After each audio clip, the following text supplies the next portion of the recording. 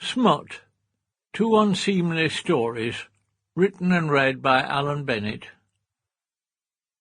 The Greening of Mrs Donaldson.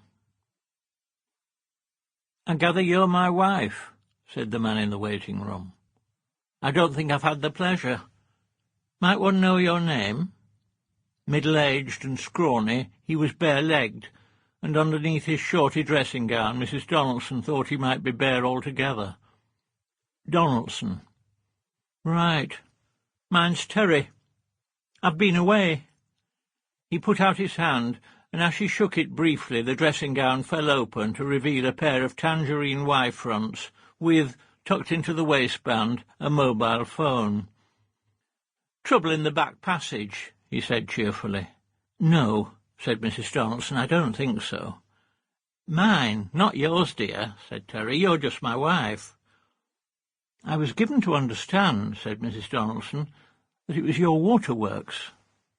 "No fear." Terry hitched up his Y-fronts. "No way." "Frequency," said Mrs Donaldson. "Waking at night?" "Absolutely not. I go before I come to bed, and then first thing in the morning. Well, you know that." And he sniggered. "You're my wife." Mrs Donaldson took out a folder. "I think you'll find," said Terry, "it's the other department. Stools, hard and difficult to pass, occasional blood, all that. I thought I could be very shy, which is why you're here, to hold my hand." "Well, I was a nurse," admitted Mrs Donaldson. "I'm au fait with all the technical terms. Bowel, colon, prostate—" "Steady on," said Terry. "Were you a nurse?" "No," said Mrs Donaldson. "I'm a widow." "Hold on a sec," said Terry. "I'll go and ascertain." And fastening his dressing-gown, he left the room. When he came back, he found her sitting in a different seat. He sat down next to her again, but without speaking.